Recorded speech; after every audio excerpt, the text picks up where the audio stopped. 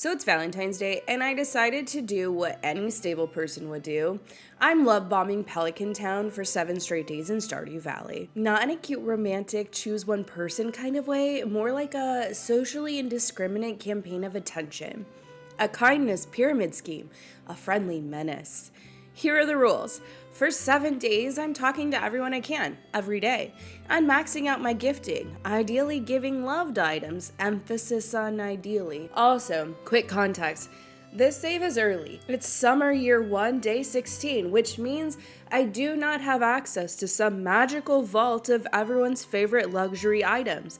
I have rocks, flowers, vegetables, the occasional egg, and audacity. Relationship status at the start, everyone is under 2 hearts. This is important because it means we're in that stage of friendship where people are like, who are you? And I'm like, your bestie, obviously. Also, Pam. Pam has already received a gift this week, so Pam is not a blank slate. Pam is a pre-existing condition. Before we start, hit like if you enjoy cozy games with a side of chaos and subscribe if you want more Stardew experiments like this. I do stuff like this so you don't have to ruin your farm and your social life simultaneously. Alright, day 1. We're going in. Day 1 is basically the orientation. This is we're meeting everyone, taking attendance, and deciding who's going to pretend that they don't see me coming. Today's focus is organizing gifts. I'm making first contact with everyone through conversation. No mass gifting yet. I'm just establishing my presence politely, aggressively. First up, I find Maru. Hello, Maru. Nice to meet you. Please be aware that I will be appearing near you repeatedly this week with items in my hands like I'm running a very small, very personal delivery service. Harvey next. Dr. Harvey. I'm saying hi today, and later I'll be showing up with plants like I'm trying to convince you that I have my life together. Spoiler, I do not. Alex. We exchange words. I do not yet know that eggs will become my main personality trait for you. Emily. The only person in this town who looks like she knows what self-care is. I say hi. I immediately feel underdressed. Jody. Hi, Jody. I will be in your home a normal amount this week. Not weird. It's totally fine. Hello, Abigail. I've brought no amethyst today, but spiritually you're already getting one. Me. Pierre. I will be buying things from you, but I will also be judging you silently. That's just the Stardew experience, okay? Hi, Caroline. Your vibe is, I know things, and I respect that. Robin. Hi, Robin. You build everything. You carry this town. It's an honor to briefly stand in your doorway and talk at you. Marnie. You're about to become one of the hardest people to catch at the right time. I can already feel it. Hello, George. I understand. We're going to have a slow burn friendship where you pretend to hate me and then one day you say something slightly nice and I cry. Evelyn. Hi, Evelyn. If anything bad ever happens to you, I will become a villain. Mayor Lewis. Hello, Mayor. Please do not look at me like that. I'm trying to be beloved by the masses. Demetrius. I'm sure this will be a calm, normal friendship with no unexpected emotional consequences. Pamela. You already got one gift this week. Congrats on being ahead of the curve. Love bombing is going to be very catch up for everyone else. Shane. Hi, Shane. I already sense you're going to be one of those people where I'm like, we're friends, and you're like, please leave. Clint. I hope business picks up. It will not be because of me this week, because I will not be mining, but I support you emotionally. Hi, Vincent. Please enjoy the fact that I will not be giving you normal child gifts. I will be giving you whatever I have. Penny. You're going to receive a poppy from me later, like I'm trying to be in a period drama. Jazz. Hi, Jazz. I see you. I acknowledge your existence. I will later sprint across town trying to find you like a rare cryptid. My man, Gus. Thank you for running the saloon, the heart of the community, and my future time-saving strategy that I will learn too late. Haley. I'm trying to connect. I'm trying not to take your vibe personally. It's not working yet, but I'm trying. Sam. I sense a birthday in your horizon. Hi, Elliot. Please continue to stand dramatically near any water. It really helps your brand. Sweet Leah, I support your artistic journey. I will bring you flowers because I'm basic and I know it. The Wizard, Mr. Wizard, the Wizard of Oz himself. No context, just vibes. I'm not saying you're mysterious, but your whole situation feels like a tax write-off. Hi, Willie. I will bring you quartz later because apparently that's what I do now. Lioness. Hi, Lioness. I respect your entire thing. Also, I will give you weird items and you will still be kinder than most of this town. And then yes, I made the mistake of talking to Marlin and Gil. And here's the thing, I didn't realize until the next day that they're part of the expanded mod. So in my defense, I was being friendly. In reality, I was expanding my responsibilities unnecessarily. That's very me. Then I talked to Sebastian. And then I headed home around 7 p.m. The rest of the day is gift logistics. This is the part where I dump my inventory on the floor mentally and go, okay, what do these people even like? I try to prioritize loved gifts, but again, it's year 1, summer day 16. I'm not exactly rich in rare delicacies.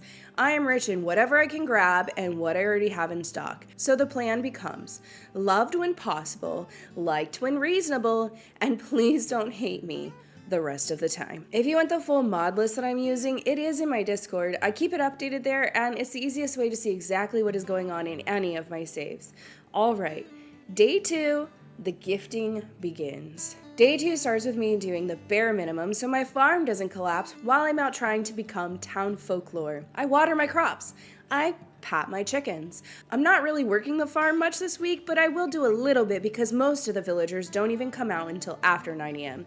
So I'm trying to keep what I already have alive and then immediately abandoning all responsibility. The first person I see is Shane. I give him a hot pepper, and I thought of you, and he's like, why? I love that. Mayor Lewis, he also gets a hot pepper. I'm not saying I'm playing favorites, I'm saying my pockets are full of peppers and everyone is going to suffer. Alex gets an egg, Willie gets quartz, Evelyn gets a tulip, and George gets a turnip, which feels like I'm running a tiny produce-based monarchy. Harvey gets a dandelion. Dr. Harvey, please accept this plant I found outside as proof that I respect your medical license. Sam gets an egg, and it just so happens to be his birthday, so I accidentally look extremely thoughtful, which is the best kind of thoughtful. Abigail gets amethyst, Penny gets a poppy, and Leah gets a daffodil. Emily gets topaz, and Haley gets her favorite, a sunflower. And, I was surprised to learn recently that Haley is one of the most chosen bachelorettes, which is interesting because for me, she's always felt a little too bratty to connect with. No shade. I respect her confidence. I just do not personally enjoy being judged in my own overalls. Clint gets aquamarine. Caroline gets horseradish. Dimitri gets a strawberry. Then I make my first big mistake. I give Maru a common mushroom. How could I? She does not like it. I just want you to understand this is the exact moment I realized love bombing is not about volume, it's about accuracy. Because one wrong gift and suddenly you're not sweet, you're concerning. Great. Then Gus gets a daffodil. Today includes multiple trips to refill my pockets because my backpack is not fully upgraded. This is a recurring theme. I'm basically doing a gift run while carrying the inventory capacity of a small raccoon. The wizard gets solar essence because obviously I have that in my pocket like a normal person. Elliot gets grapes. Then, while I'm looking for Jody, I run into a cutscene with Sam jamming out in his bedroom. And honestly, it's kind of iconic. Yes, Sam, live your truth. I give Jody a melon, and Vincent gets a snail. At this point, it's getting late, but I'm committed. Pam gets a parsnip around 8 p.m. Pierre gets a daffodil. Sebastian gets a frozen tear, and Linus gets a spring onion. And I missed Marnie, Robin, and Jas today. They went to bed too early for me to get to them, which is honestly rude. How dare you have a healthy routine during my social experiment? Day 3, we fix what we missed. Day 3, the goal is to talk to everyone and deliver the last 3 gifts I still have in my pocket. First person, Marnie, and I give her a quartz. I'm keeping it classy. I'm giving this woman rocks. Come on. I chat with the wizard. Then I swing back by Marnie's to catch Jas coming out of her room. I give her a daffodil. Success. One child located. Next, I talk to Vincent, Jody, and Sam. I can now go into Sam's bedroom, so clearly the egg birthday gift worked. I'm basically family now. Then I talk to Elliot, Lewis, Pam, Pam Lamb, Evelyn, George, Alex, Haley, Willie, Leah, Gus, Caroline, and Maru. I run into Robin at the clinic and I give her some hardwood, which feels like the most practical and inappropriate gift possible. Then I chat with Harvey, Pierre, Demetrius, Abigail, Linus, Sebastian, Shane at work, Penny, and Clint. Clint complains that business has been slow, probably because I haven't been mining this week, and you know what? Fair. I've been socially hoarding my time. I speak to Emily at the saloon, then I head for the mines to line my pockets with new things and help that local economy. Because if I'm going to love bomb the town, I might as well stimulate the commerce. Day 4 is the last gifting day. I want to get them done early in case I miss someone. Also, I learned the hard way that everyone has a bedtime, and I'm not above begging a pixel man to come step outside. Alright, gift list time, and I'm on a mission. Hot pepper for Shane. He asks how I knew it was his favorite, and Shane, buddy, it's not like I have a list pulled up at all. Alex gets an egg. Harvey gets a dandelion for his apothecary. Sam gets an egg. Abigail gets an amethyst. Haley gets a sunflower. George gets a turnip. Evelyn gets broken glasses, and her reaction to finding some dirty readers is super cute, which is wild because I'm handing her literal trash and she's like, oh my goodness. She has angel behavior. Clint gets an Omni Geode that I picked up in the mines. Elliot gets grapes. It's Demetrius's birthday, so Demetrius gets a strawberry, and Maru gets a strawberry too because I'm trying to recover from Mushroom Gate, okay?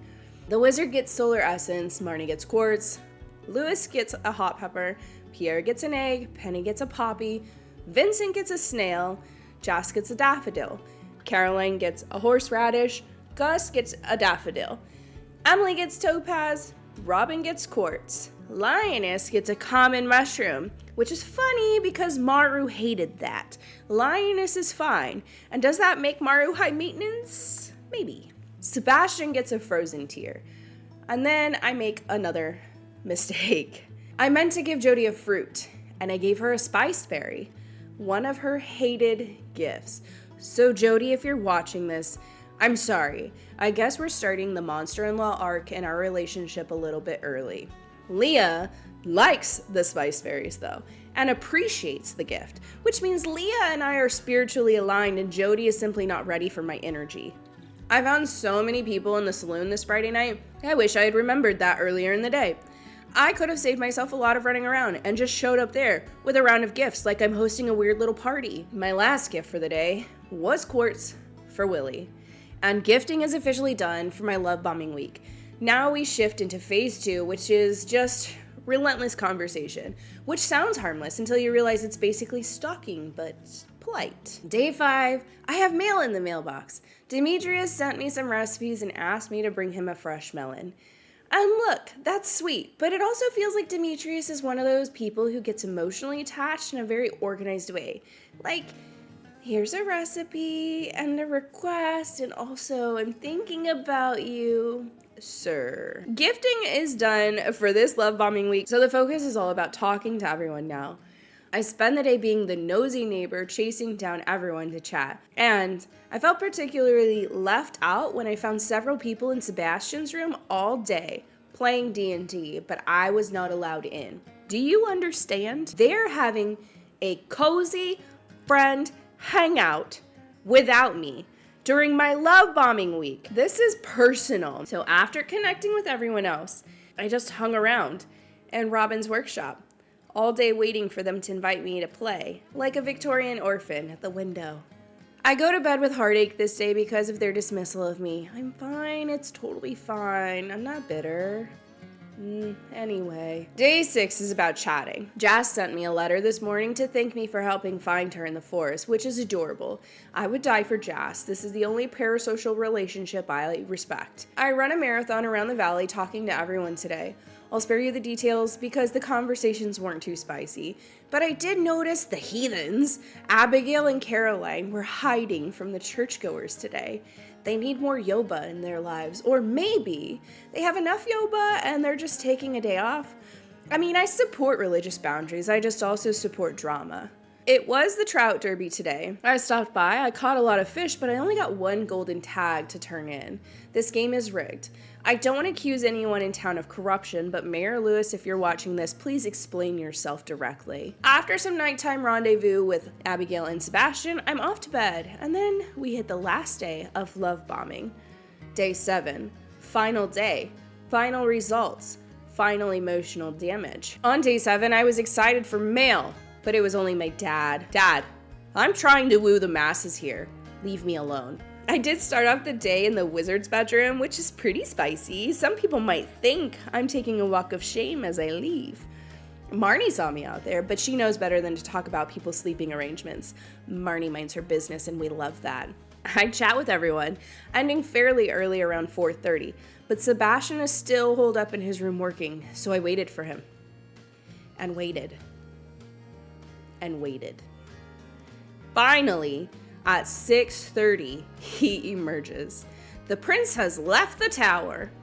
And with that, I'm done love bombing the valley. Now we look at the damage. In the overview, I found that most of my hearts raised to over 2 in the relationships. Demetrius and I are practically in an affair with his 4+ hearts. Robin must not pay him attention, which is obviously the only explanation. Then, Lewis is my next hottest relationship, which is alarming for the town and hilarious for me. I was able to gift my top friends more of their favorite things, and I hit up Sam and Demetrius on their birthdays, which means I accidentally played this week like a professional. Was this love bombing worth it overall? Not really. My farm had barely any growth because I was too busy socializing. My crops are struggling. My chickens are emotionally fine, but spiritually pretty confused. And I have definitely become that person in town, the one who shows up everywhere and won't stop talking. But now, I know I'm on everyone's mind. And honestly, isn't that the true spirit of Valentine's Day?